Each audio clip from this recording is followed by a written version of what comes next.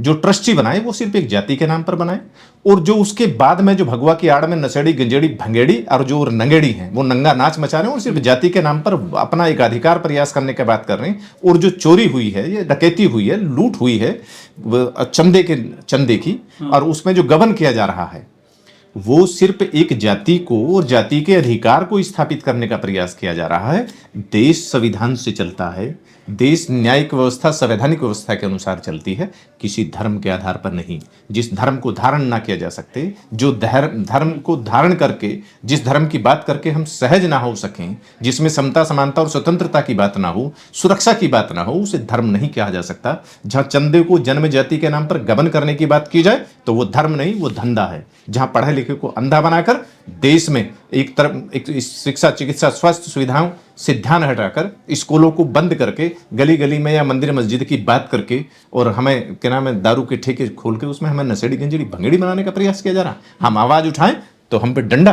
राज्य की जमीन थी जिसको संघ सूची के माध्यम से जो ट्रस्ट बनाया गया वो भगवान राम का मंदिर बना या बीजेपी का कार्यालय बना? वो ट्रस्टी, कोई भी ट्रस्टी उनमें से वो नहीं था जिनका धर्म और धर्म के मर्म को, धर्म की महिमा को, धर्म की गरिमा के लिए जिसने त्याग तपस्या और बलिदान किया हो।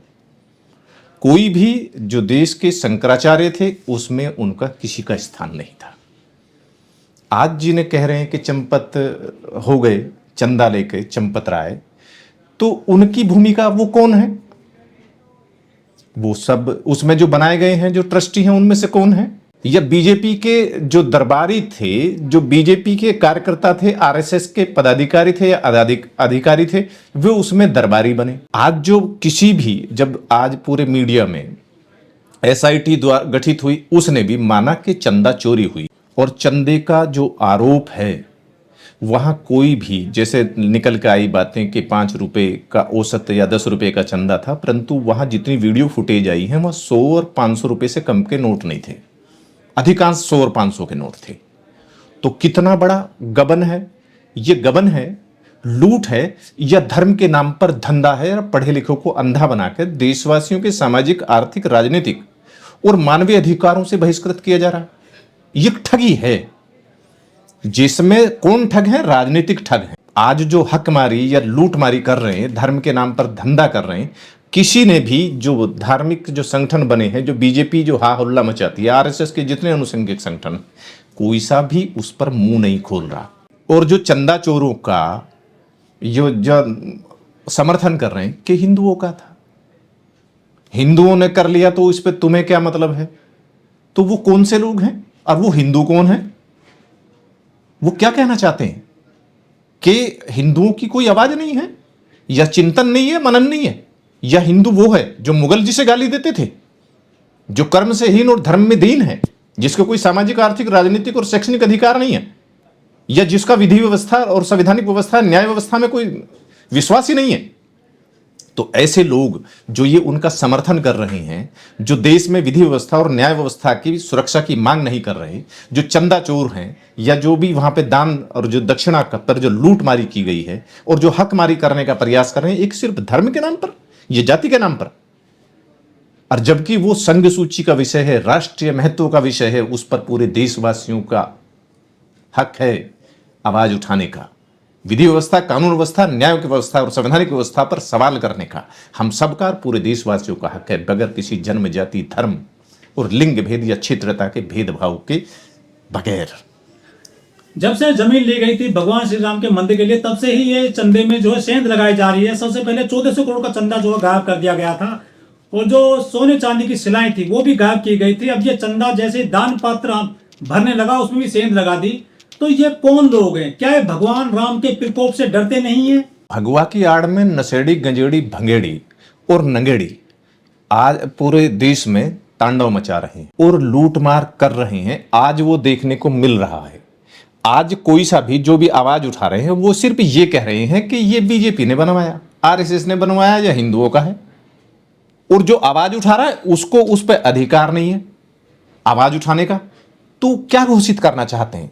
और जिस पर संवैधानिक पदों पर बैठे हुए जो संवैधानिक पदाधिकारी हैं, शासनिक प्रशासनिक अधिकारी हैं, जिन्होंने संविधान की शपथ ली है, संवैधानिक व्यवस्था को अक्षुण्ण रखने की शपथ ली है, और ऐसे लोगों पर जो ये आवाज उठा रहे हैं जो जन्म जाति धर्म और लिंग भेद के आधार पर भेदभाव विषमता सरेआम करने का प्रयास कर रहे हैं, आवाज उठा रहे हैं, उनके खिलाफ कोई कार्रवाई नहीं की गई। ऐसे लोगों को गिरोहबंद अधिनियम में या जितने भी संगठित अधिनियम है जो आपराधिक हैं, आर्थिक अपराध करने का प्रयास करने, देश की संसाधनों को लूटने का प्रयास कर रहे हैं, उन पर सख्त से सख्त कानूनी कार्रवाई करनी चाहिए। ऐसे लोग जो जवान उठा रहे हैं, जिनकी जबान खुल रही है देश की कानून व्यवस्था को, विधि व्यवस्था को, संवैधानिक व्यवस्था को और धार्मिक व्यवस्था को मलिन कर रहे हैं, अपवित्र कर रहे हैं, उसकी गरिमा को अपमानित कर रहे हैं, ऐसे लोगों को जिन्हें बोलना नहीं आता उनके ऊपर कार्रवाई करनी चाहिए। योगी पुलिस प्रशासन ने एसआईटी पहले गठित करी और एफआईआर बाद में करी, जिसके बाद में 7-8 जो लोग हैं जो ट्रस्ट में शामिल थे उन पे कार्रवाई की गई है। उसमें भी शूद्र फंसा दिए गए हैं, बड़ी मछली चंपत राय जैसे साइड कर दिए गए और छोटे मोटे लोगों पर शिकंजा कस दिया गया है। चंदे की जो मॉनिटरिंग होनी चाहिए थी वो एसबीआई के माध्यम से होनी चाहिए थी। जो विदेशों से चंदा आता वो एफसीआरए के माध्यम से आता, उसकी गृह मंत्रालय मॉनिटरिंग करता है। तो ये राष्ट्रीय महत्व का विषय है। इस पे एसआईटी गठित क्यों हो? जब एक जरा सा चोरी कर ले, जिसने भूख से की है या किसी और बात से की हीरा चोरी में उसमें की कर ले, तो उसमें एक विधि व्यवस्था है, संवैधानिक व्यवस्था है, न्यायिक व्यवस्था है कि every complaint should be registered, arresting after than investigation. SIT का मतलब क्या है? और जब एसआईटी गठित हुई है, एसआईटी ने रिपोर्ट दे दी है, तो पूरा देश जानता है कि ये जो राम जन्मभूमि है राष्ट्रीय महत्व का विषय है और जिसे केंद्र सरकार ने भूमि का अधिग्रहण 1993 में किया और पूरी जमीन को ट्रस्ट को 1 रुपए में दिया, दान दिया, तो ये किसी उनका नहीं है। उन पे उनका अधिकार कैसे हो सकता? वो तनखैया थे, जो वहां ट्रस्टी हैं, जो कर्मचारी हैं, वो पैसा ले रहे थे। तो वो चोर नहीं है, वो डकैती है, छल है, लूट है, ठगी है। देश और देशवासियों की आस्था और विश्वास के साथ, देश की राष्ट्रीय संपदा के साथ, वो देश की संप्रभुता के साथ, जब हम कहते हैं कि राम है, जन जन में है, कण कण में है, तो किसकी विश्वास किया गया है?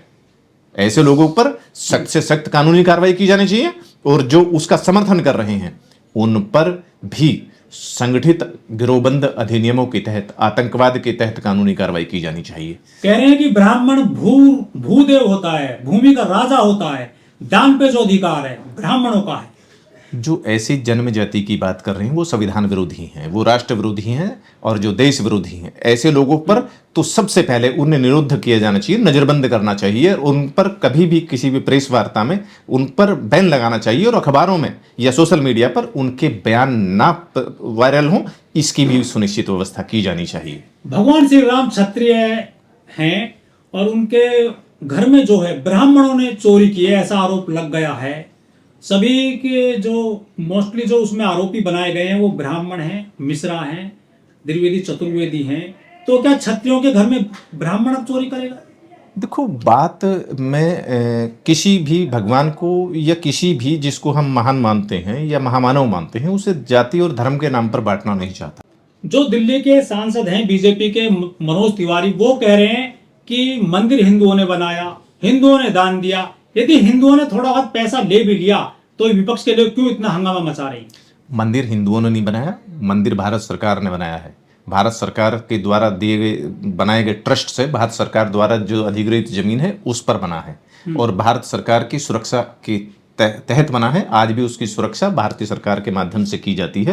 तो आज ये रंगमंच के कलाकार हैं, इनका अपना कोई मंच नहीं है, मन नहीं है, कोई मंच नहीं है इनका, ना ही कोई वैसी चीजें हैं। जैसे राजा के दरबार होते थे तो उस दरबार में कुछ नचनिया गवैया होते थे, नर्तकी होते थे और वैसे पाखंड के होते थे, हास्य कलाकार होते थे। तो बीजेपी ने या आरएसएस ने ऐसे ऐसे नाटक मंडली खड़ी कर रखी है। तो उनका मामला ही ये है कि अपने उसको जो खुश करना। टीवी कलाकार है मुकेश खन्ना, वो कह रहे हैं, लंबा चौड़ा उन्होंने पोस्ट लिखी है एक्स पर कि इसमें लूट हुई है, वहां डाकू बैठे हैं मंदिर में, वहां सोना चांदी रुपया पैसा दान न किया जाए, केवल वहां पर फूल पत्ती भगवान के चरणों में चढ़ाई जाए, वहां चोर लुटेरे बैठे हैं, उनसे छुटकारा मिलना चाहिए। जब वहां सबकी तनख्वाह है, सरकार की सुरक्षा है, तो वहां पैसा क्यों?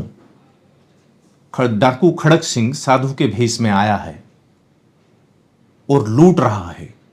ये लूट ना हो, ये प्रयास करने चाहिए।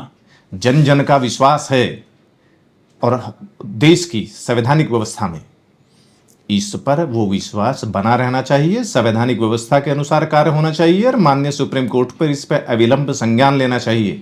इसकी जांच होनी चाहिए, सत्य न्याय और प्रामाणिकता के आधार पर होनी चाहिए और ऐसी जांच होनी चाहिए, ऐसी कानूनी कार्रवाई होनी चाहिए कि ये देश में अनुकरणीय हो जाए और धर्म के नाम पर धंधा ना हो और पढ़े लिखे को अंधा बनाकर उनके सामाजिक, आर्थिक, राजनीतिक और शैक्षणिक अधिकारों से वंचित करने की कोई बात ना करें। लेकिन मामला सुप्रीम कोर्ट पहुंचा तो सुप्रीम कोर्ट ने बाकायदा कल कह दिया कि अभी इस मामले में जांच करने की या सुनवाई करने की जल्दी क्या है सुप्रीम कोर्ट में। ये देश में जिस पर आदेश ही राष्ट्रीय महत्व का विषय कहते हुए निर्णय दिया गया हो और जिस पर निर्णय बगैर किसी साक्ष्य और प्रमाण के दिया गया, ये कहते हुए कि ये देशवासियों की आस्था और विश्वास का प्रश्न है, उस पर विश्वास दिया गया हो, तो वहां माननीय सुप्रीम कोर्ट को संविधान की शपथ ली है तो संवैधानिक व्यवस्था के अनुसार उस पर अविलंब संज्ञान लेना चाहिए और उसकी मॉनिटरिंग खुद उसमें करनी चाहिए। यदि मनुस्मृति होती तो क्या इनको यहाँ पर सजा मिलती? जो चंदा चोर है, जिन्होंने गबन किया सोना चांदी भगवान राम के घर से, लेकिन आज संविधान है, क्या इनको सजा मिल पाएगी? जहां मनमानी की जा सके ऐसी मनुस्मृति अब देश में नहीं है, ना ही उसके लिए कोई जगह है। आज देश में संवैधानिक व्यवस्था है, संवैधानिक व्यवस्था के अनुसार कार्य होगा।